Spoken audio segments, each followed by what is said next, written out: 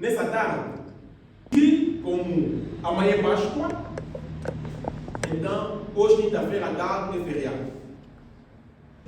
Mas, na verdade, o que está a se passar no mundo, a gente muitas vezes não entende.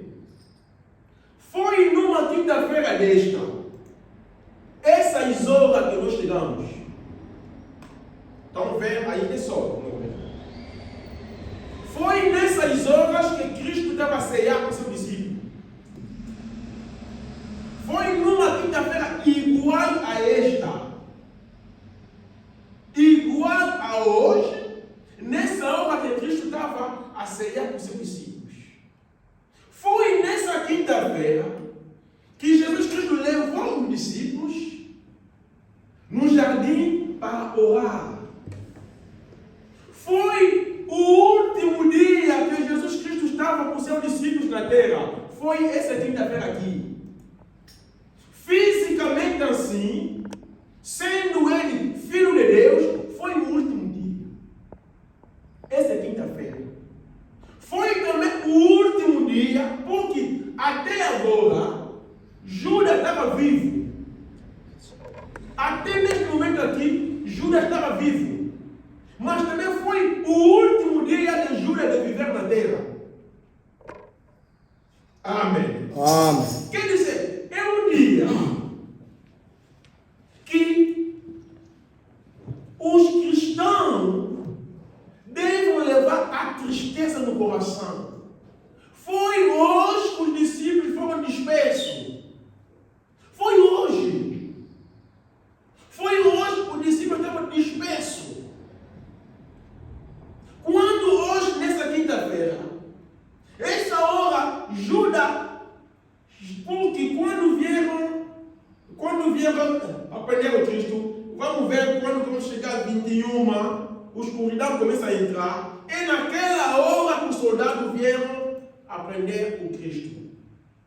Essa hora aqui, Judas já saiu na igreja.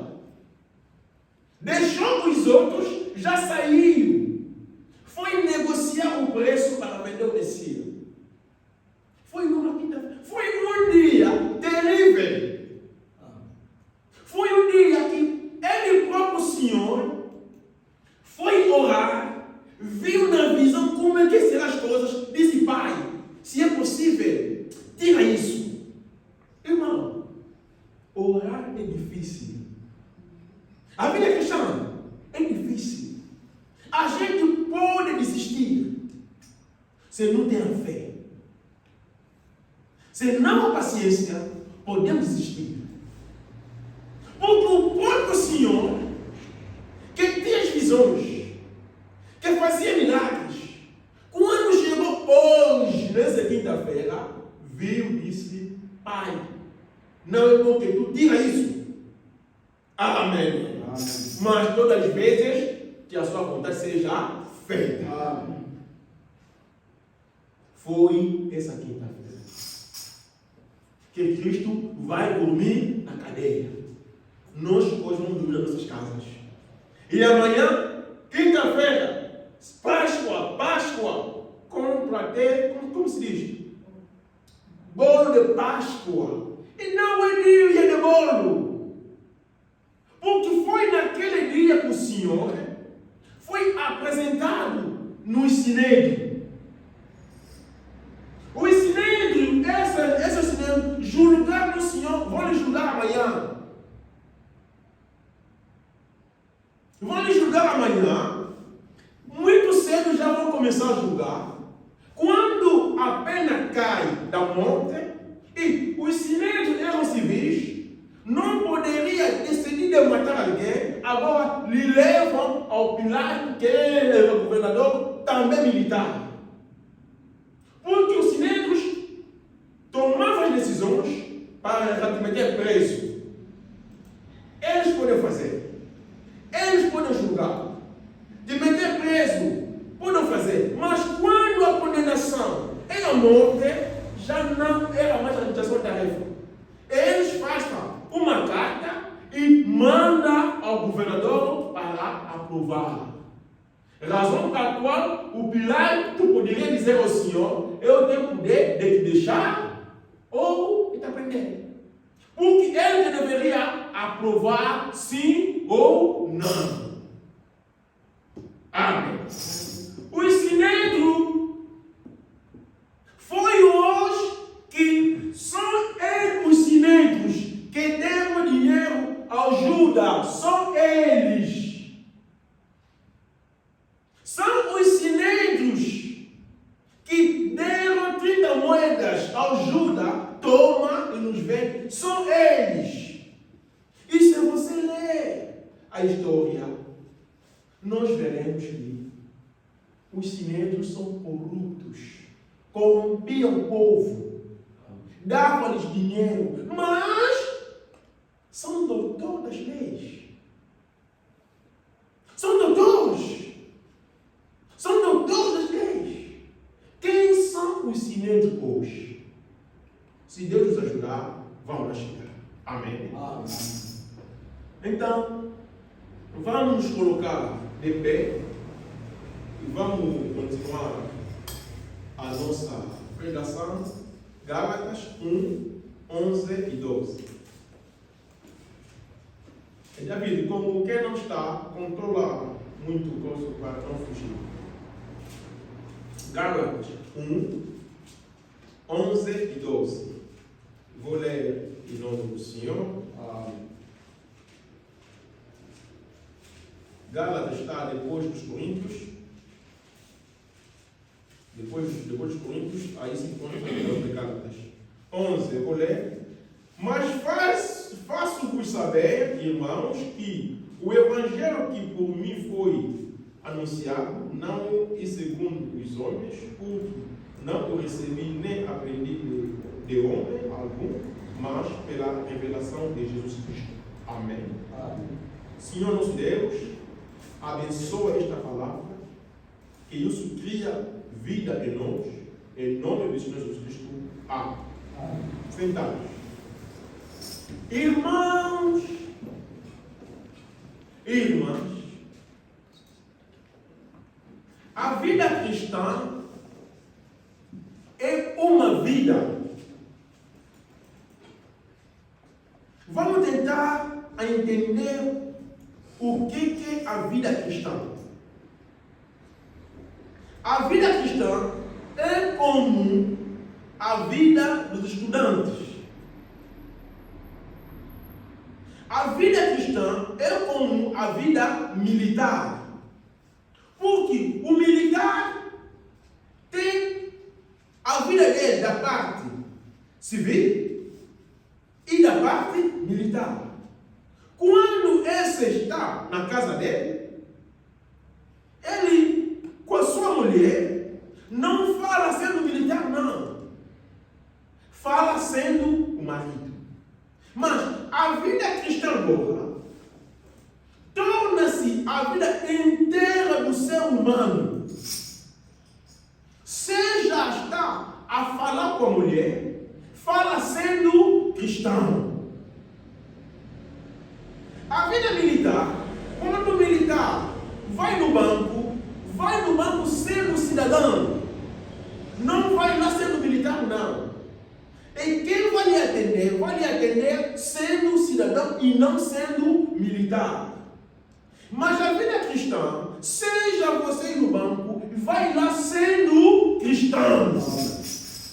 É a vida mais complicada que existe aqui na terra dos homens. E para entendermos melhor a vida cristã, tentamos de reconhecer, de voltar atrás, para ver como é que essas coisas começou até chegar hoje. Aonde que essas coisas começou de Deus? E nós vimos que Deus é justo. Na sua justiça, dos primeiros 1000 anos,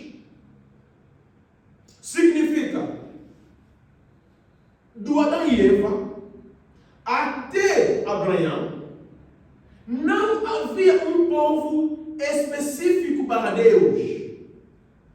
Não havia. A salvação era para todos. Mas, infelizmente, e saiba uma coisa aqui, Adão e Eva não foram católicos. Também não eram judeus. Não têm nacionalidade. As nacionalidades venham depois com a inteligência humana. Nacionalidades veio através de Torre de Babel. Na Torre de Babel, chama-se a confusão, significa as nacionalidades criou-se na base de Torre de Babel, que é a confusão. E na sua justiça de Deus, primeiro 2000 anos, trabalhou com as nações todos nós. E quando a salvação não se encontrava mais nenhuma pessoa na terra boa, dali que Deus, no seu próprio plano, poderia ele também escolher as nações primeiro. Mas ele achou melhor começar com Israel e terminar com as nações. E a Bíblia diz: os primeiros serão os últimos. Se Deus começasse conosco e acabava com Israel, nós sermos os primeiros, seríamos os últimos. Mas como Deus é Deus, como começou com Israel e acabaram, as nações entraram na segunda fase, e quando iremos no céu, os que foram os últimos devem também ser os primeiros. Não sei se eu me fazer entender. Porque Deus é justo. Deus é justo. Deus não favorece ninguém. Deus não favoreceu Israel, não. Da forma que ele fez com Israel e da mesma forma que ele faz para nós hoje. Desde Abraão. Não, desde Abraão até quando Cristo morreu, se você ler a história, verás sempre uma nação que estava no topo, era Israel. Quando Israel andava na guerra, ganhava. Fazia tudo o que as nações hoje fazem, Israel já tinha feito. Mas como desde que Cristo padeceu, morreu, até hoje, diga-me qual é a nação que Israel foi conquistada? Nenhum. Porque o tempo dele acabou. E se você voltar atrás, quando Israel reinava, qual é a nação que conquistava os outros? Também não havia. Era só o único Israel a fazer, quer dizer, da mesma forma que Deus trabalhou com Israel, e dessa mesma forma que também Deus vai trabalhar conosco.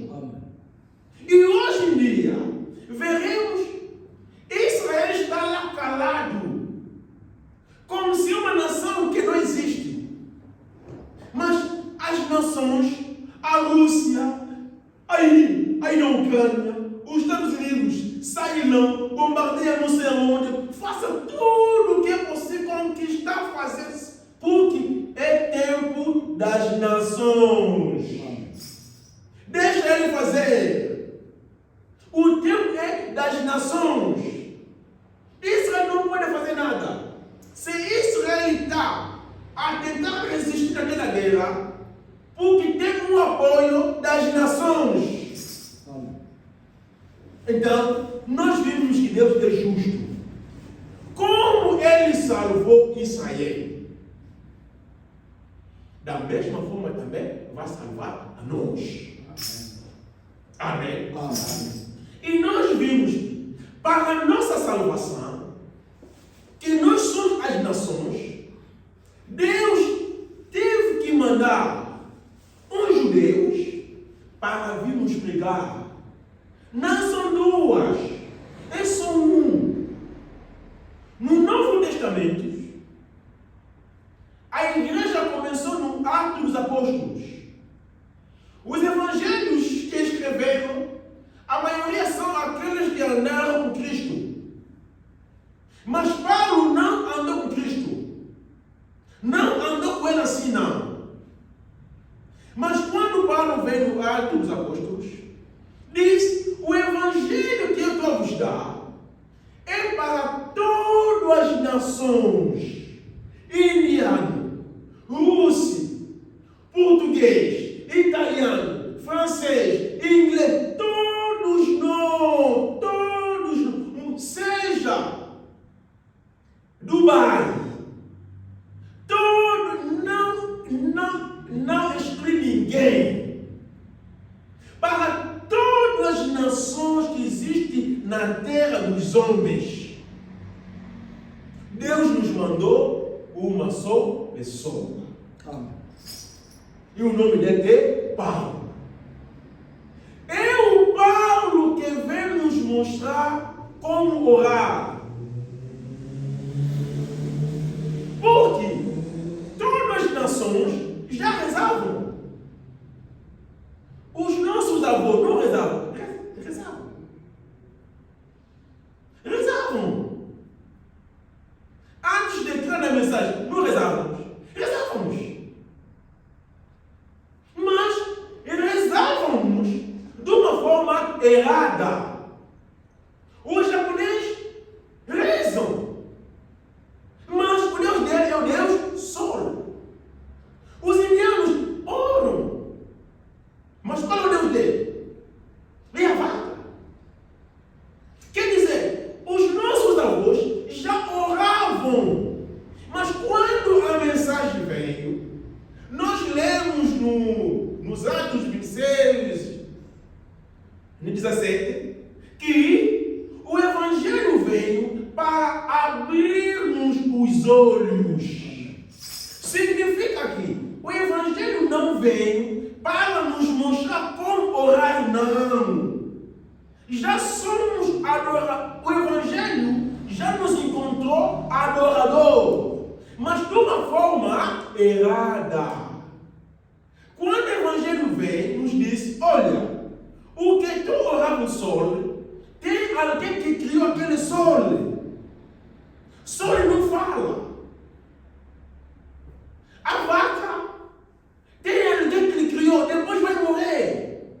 Mas tem um Deus que não morre. O que o Evangelho vem fazer, nos mudar que nós éramos para ser agora os verdadeiros. É isso o objetivo do Evangelho, da mensagem.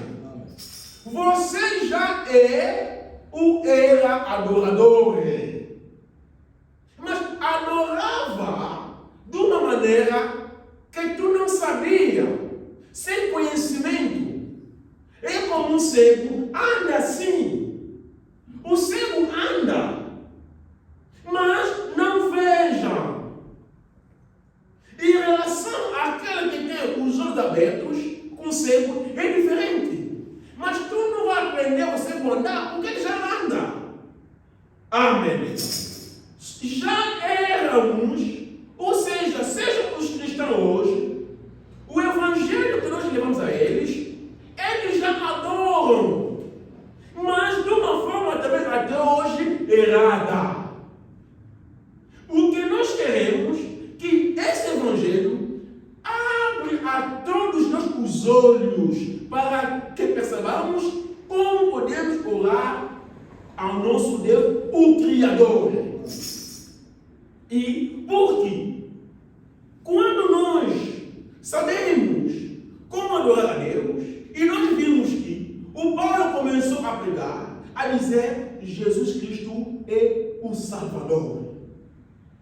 Não é o sol, não é a vaca, não é a estátua, não é Maria. A estátua da Maria não salva. É a magia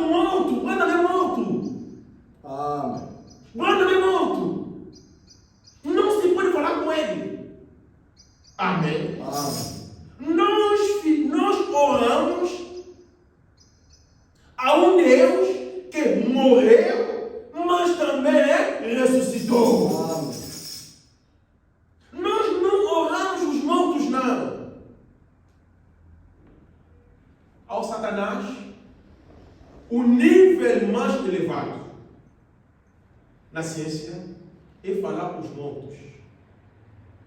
Invocar, falar com os mortos. Vamos perguntar aos padres, vamos falar. É um nível elevado. É quando se diz a profundeza de Satanás. Está vendo? Satanás tem a sua profundeza. Como Deus também tem. Qual é a profundeza de Deus? Alguém está doente, impõe as mãos, ora, ele vive e está curado. Aquela cura vem da onde? É a profundeza de Deus. Satanás também tem Deus. Agora, quando Paulo começou a nos pregar, nos disse: deixam os mortos. Ele reservou do homem de morrer, mas o teu avô que morreu já foi e acabou. Avô vem sobre da resposta, não virá. Quem faz isso é abominação perante o Senhor. Quando alguém está vivo, conversamos. Seja teu pai, já acabou para ele. E Paulo vem nos dizer, a solução está em Senhor Jesus Cristo. A divindade. Não tem três deuses. Só tem um Deus. Só tem um Deus. Deus não tem filho. Mas Deus se fez filho. Amém. Deus não tem filho, mas se fez filho. Se fez um homem.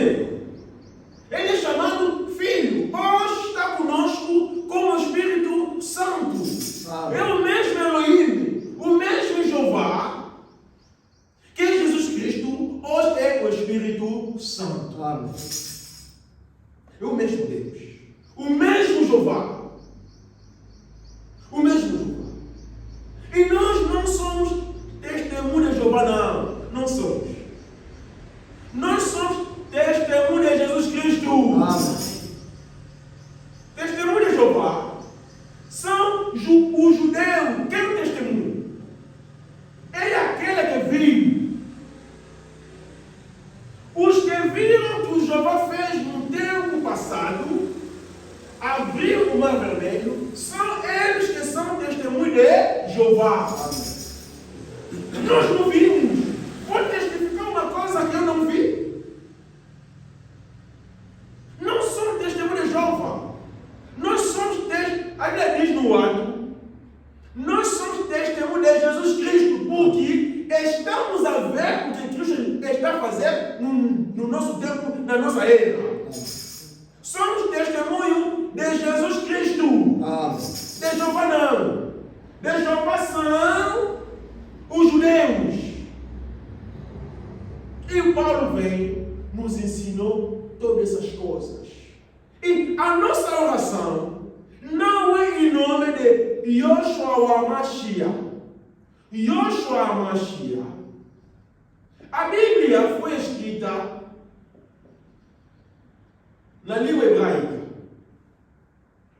Mas quando Jesus Cristo estava aqui na terra, falava amareano, a língua amareana. Os discípulos, como o Pedro, não sabiam nem escrever. Tem uma parte da história do Cristo que foi escrito naquela língua amareana. O Antigo Testamento, todos eles era escrita na língua hebraica. E o nome do Senhor Jesus Cristo era chamado Yoshua HaMashiach. É o nome dele na língua amareana. Essa língua, em francês, é Jésus-Christ. Em português, é Jesus Cristo. Agora, os outros disseram que vamos começar a adorar a Deus em nome de Yoshua HaMashiach. Porque Deus, vamos expulsar os demônios em nome de Yoshua HaMashiach. Significa que Deus não conhece em nome, ou seja, Só conhece o nome original Yosha Hamashiach. Tá bom, não tem problema. Mas tu, qual é o teu nome? João. Mude aí de primeiro também o teu nome. Porque João também não se chamava João. O João também é hebraico. Os João judeus tinham nome. Interpretamos até chegar no João. Vai em francês, Jean. Vai em inglês, John. Amém. As línguas não podem nos criar barreira.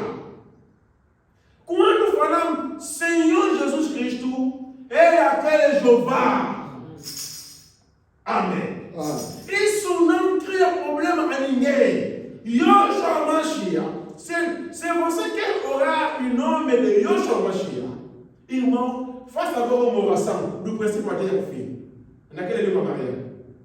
Você, até as pessoas não descobrem a verdade, irmão.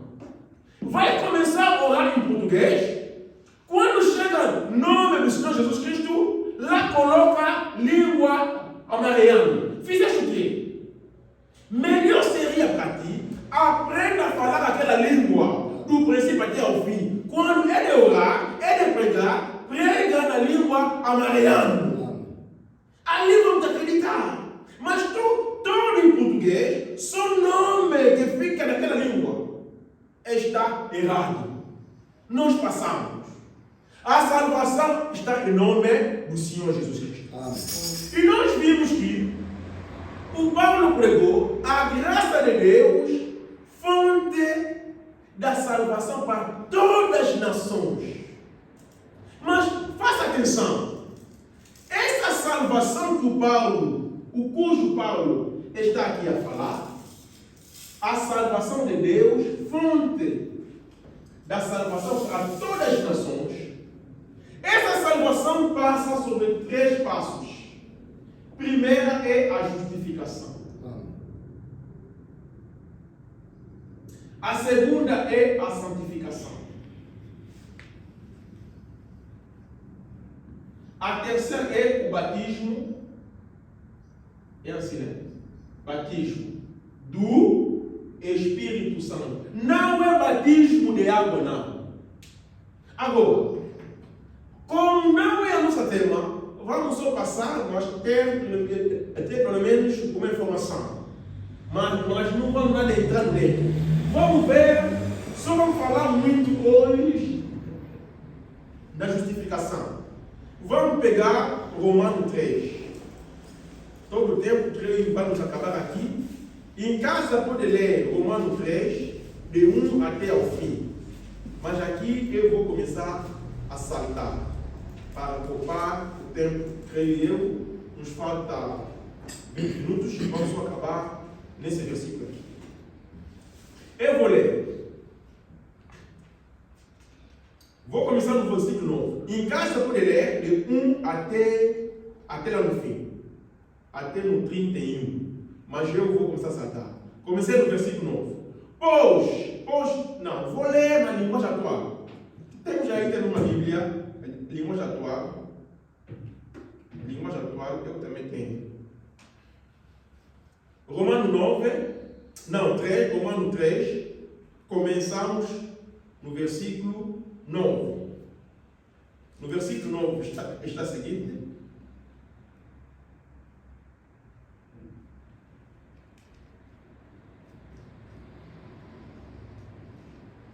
No versículo 9 está a seguinte. Então, será que nós, os judeus, estamos em melhor situação do que os não-judeus? É uma pergunta. Estou a ler a Bíblia numa linguagem atual. Noutras Bíblias, a linguagem é a mesma, mas pode fugir um bocado. Então, será que nós, os judeus, estamos em melhor situação do que os não-judeus? De modo nenhum. Já mostrei que todos os judeus e não-judeus estão debaixo do poder do pecado.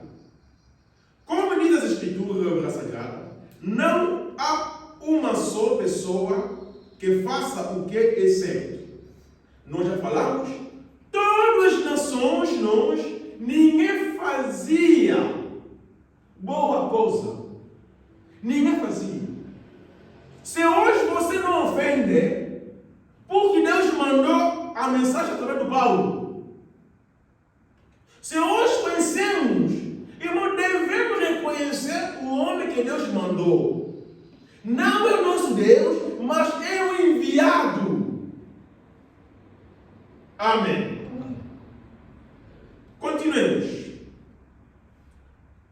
E 13. Todos mentem e enganam sem parar. É dessa forma que nós todos erramos. Da língua deles saem mentiras perversas, e dos seus lábios saem palavras de morte, como se fosse veneno de cobra. A boca deles, 14, a boca deles está cheia de terríveis maldições. 15. Eles se apressam para matar. Por onde passam, deixam a destruição e a desgraça. Isso que era a nossa vida. Irmão e irmã, éramos verdadeiros pecadores. Éramos verdadeiros pecadores. Verdadeiros pecadores. A mentira estava aqui nos lábios. Quando faz isso? Resposta. O roubo, a corrupção, era a nossa vida.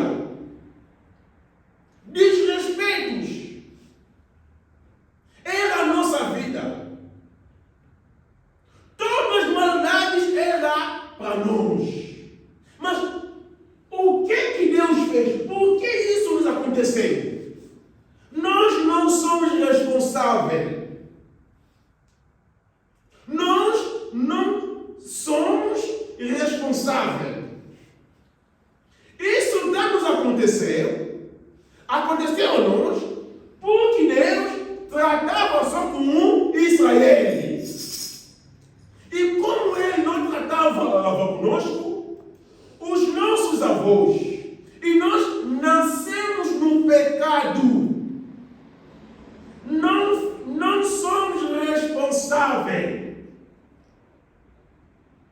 Nascemos no pecado. Encontrei meu pai a fumar. Nasci naquela família. Vou fazer o quê? Vou fumar. Sou responsável? Não. Eu encontrei meu pai a beber.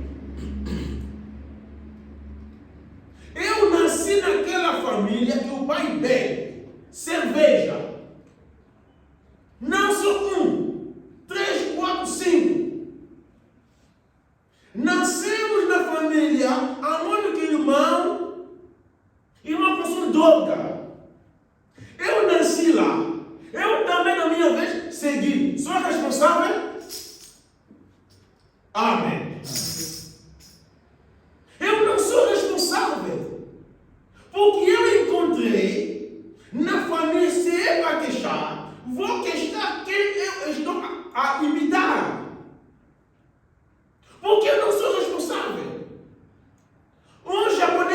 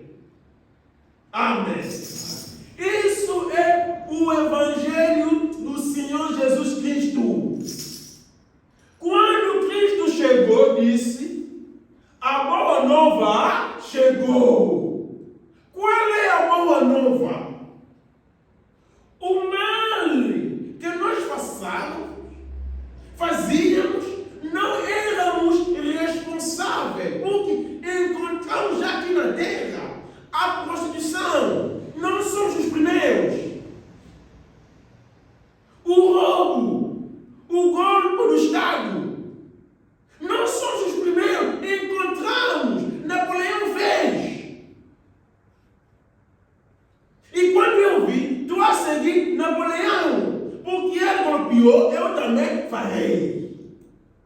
Amém. É isso o Evangelho do Senhor Jesus Cristo. Agora, como nós éramos assim, Paulo disse aqui no Romano, aonde que nós estamos a ler, que todos nós, o destino nosso, na verdade também era a perdição. Mas estou aí na perdição sem consciência. Estás a me condenar numa coisa que eu imitei. E eu não sabia. Se eu soubesse, talvez não ia fazer. Imaginemos se nós nascemos, como se diz? Se nós nascemos nas famílias cristãs. Tu nasces, o pai cristão, a mãe cristã, como que vai ser a tua vida? Amém. Agora, tu não pedi naquela família, nasceste numa família, o pai bêbado, a mãe bêbada. Você também entrou, começou também a fazer a mesma. Tu és responsável? Não. Amém. Não somos responsáveis. Não somos. Não condena ninguém. Não fala das irmãs. Deixa a gente meter a calça. Não é evangelho. Isso não é evangelho. O evangelho é a boa nova. O evangelho significa boa nova. Alguém que é gatuno, tu vai lhe dizer, você é gatuna, né? Não rouba mais. É a boa nova? Irmão, a Clementina é gatuna. Tu vai ter com ela, com a Bíblia. Eu te levei o Evangelho.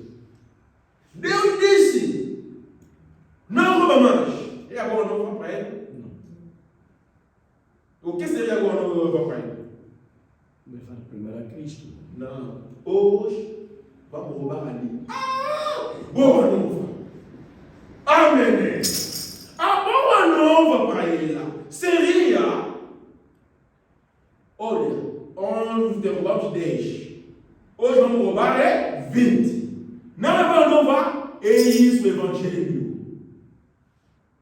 O Evangelho é a boa nova. Levar a pessoa na consciência que, irmã, tudo que nós estamos a fazer é bom. Porque nós também encontramos. Mas, na verdade, Deus disse é mal. Amém. Ali a pessoa fica. É mal. Se o meu pai também faz. A minha mãe também faz. Eu estou a imitar. Sim. Você imitou, ela também imitou. Mas a boa nova chegou. Amém. O que é a boa nova? Mostrar na pessoa que tu não és responsável. Como tu não és responsável, a vida que tu estás a levar, veja aonde que vai findar. Na sua inconsciência, na falta do conhecimento que tu tens, vai te levar, olha até aí. Mas tem alguém. Essa pessoa não cometeu pecado. Não cometeu, mas numa quinta-feira igual a esta, foi preso. Quando ele foi preso, foi julgado. E quando lhe julgaram, acharam nele não tinha culpa nenhuma. Deveriam lhe deixar. Mas por causa dessa vida que tu estás a levar, para que tu não continua a ir lá, Ele disse: eu vou meter a barreira no teu caminho. Amém. É aquilo que Jesus Cristo fez por nós. Justificou-nos. Ele sozinho comprou os nossos pecados sem solicitar. E tu não fizeste nada de nada e de nada. Amém. É isso que é a boa nova. Entendemos agora? É isso que é a boa nova. A boa nova é que eu estava para morrer, já não vou morrer mais. Não é boa nova? É a boa nova. Deixa o que está se passando hoje. Porque estamos a chegar para falar da era de Laodiceia. Nós criamos barreiras. Nós criamos as barreiras em vez de pregar a graça, a justificação de Deus, mas estamos a pregar a lei. Não, na igreja não vai para calça. A igreja é teu? Irmão, a igreja é teu? Não quero responder. A igreja é teu? Não. O que a Bíblia diz? Vinde a mim todos que estão cansados, carregados. A pessoa deve vir cansado e carregado. Cansado de quê? Dos pecados. Carregado de quê? Das calças, da bebida. Amém. Quando ele veio, versículo continua. E eu, aquele é o quê? O Senhor.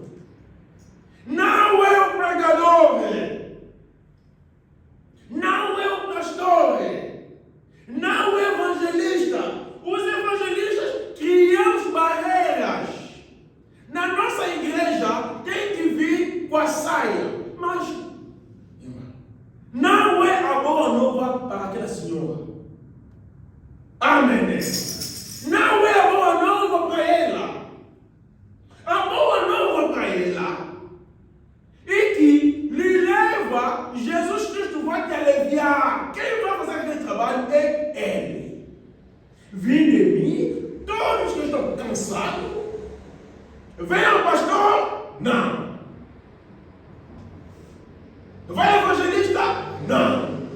Vinde de mim, e Senhor Jesus Cristo, e eu vou vos aliviar. Ele que vai fazer aquilo. Aonde? Na igreja. De que maneira? Através da pregação da palavra. Amém. Significa o quê? Temos pregações de pregar dentro aqui da igreja, para aqueles da igreja creiam, e temos pregações que podemos levar por fora. Irmão, não faça aquele erro de ir dizer a alguém que irmão Abraham, agora hoje, nos ofende. Que na igreja dele, disseram, Abraham me falou que a mulher não pode ser assim, não é dessa forma. Amém. E nós somos responsáveis. Criamos a barreira, fechamos a porta e ninguém consegue mais entrar. Porque tem medo. Isso é a lei. O que condena é a lei. Jesus Cristo nos levou à graça. Amém. E não é as obras que salvam alguém. Amém. Não pensa que se alguém vem com a saia até aqui, ele é salvo. Não, não e não. Amém. Não pensa que se alguém anda com um padre assim, ele é salvo. Não, não e não. Amém. Aquelas são as obras, mas a justificação não tem nada a ver com a tua boas obras. É gratuitamente. Jesus Cristo salvou-nos, salvou o mundo inteiro. Ele disse: Deus amou o mundo de tal maneira, ele sozinho se entregou. Aquela justificação é grátis. Devemos sair evangelizar, falar nas pessoas que Jesus Cristo já te salvou. Oh, me salvou onde? Eu sou pecador. É a boa nova para ele. Amém. E não lhe dizer: olha com calça. Não é boa nova para ele. Amém. Jesus te salvou. Ei, me salvou onde? É com a minha calça. Te salvou mesmo assim. Amém. Então, para hoje, vamos lá parar.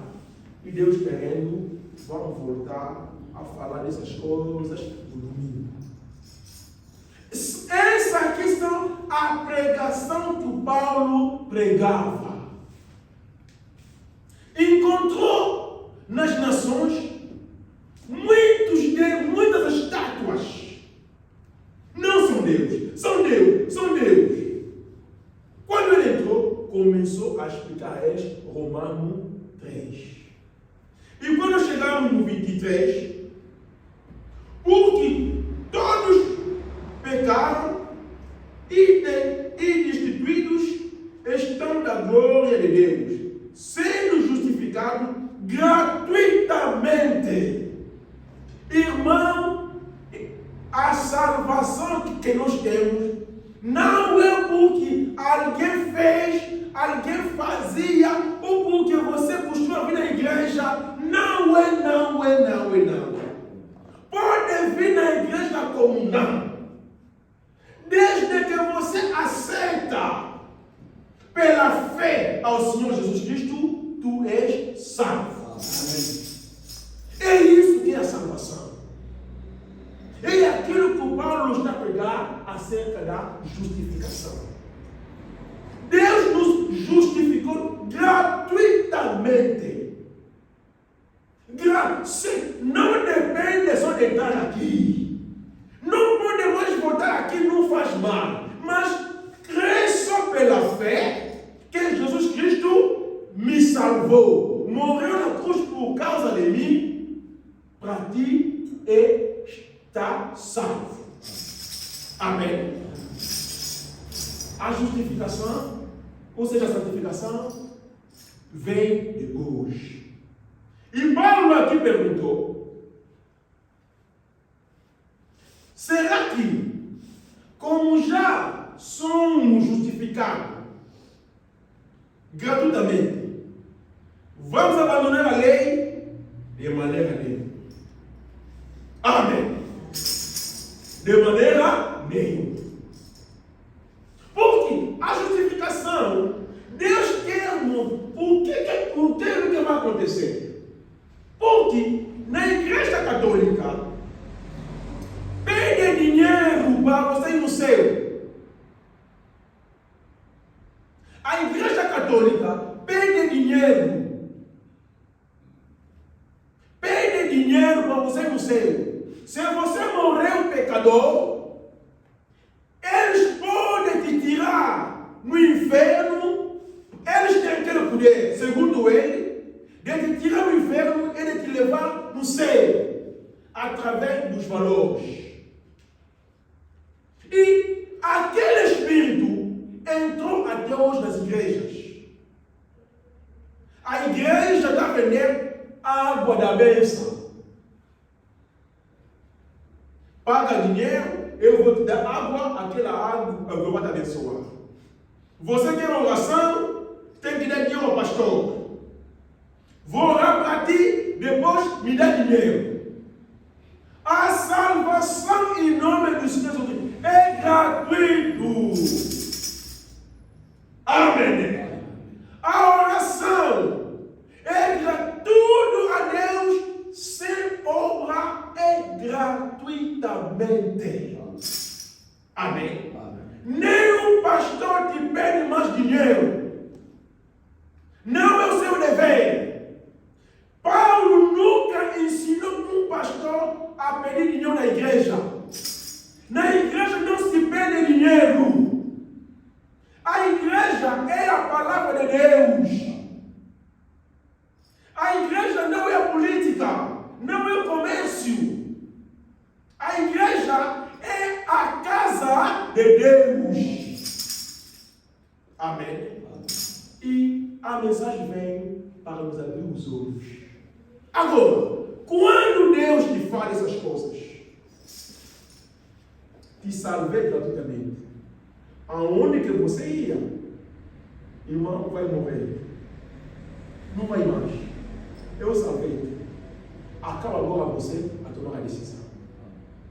Se dizer que não, vou continuar no meu caminho, estás livre. Estás livre. É aquilo que nós devemos levar na evangelização. Irmão, se continuar nesse caminho, olha, o teu fim será este. Abandono. Amém? Que Deus abençoe. Amém.